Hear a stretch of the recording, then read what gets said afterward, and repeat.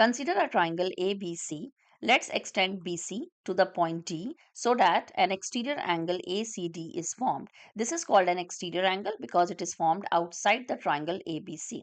Angle A and angle B are called the interior opposite angles because first they are interior, means inside the triangle, and opposite because these two angles are exactly opposite to this yellow angle, which is our exterior angle.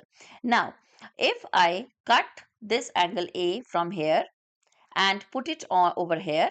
Similarly, if I cut angle B and put it on this angle, I can clearly see that angle A and angle B has overlapped the exterior angle ACD. That means angle ACD, the exterior angle of a triangle, is equal to angle A plus angle B. This is our exterior angle property of a triangle, which states that an exterior angle of a triangle is equal to the sum of its interior opposite angles. You just saw that how angle ACD was completely overlapped by angle A and angle B. That means the measures of angle A and angle B together added will be equal to the exterior angle ACD.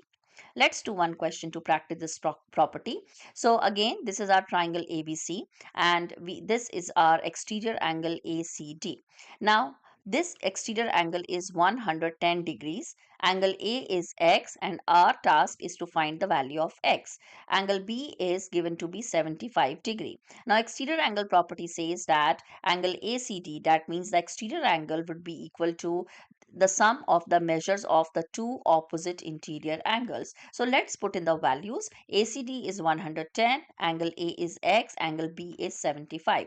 It's a simple equation. To get the value of x, we will subtract 75 degrees from 110 degrees and the value of x comes out to be 35 degrees. You can check that if x is 35, then 35 plus 75 would definitely be equal to 110, and that's why exterior angle property holds true, that the interior opposite angles when added up gives you the exterior angle of the triangle.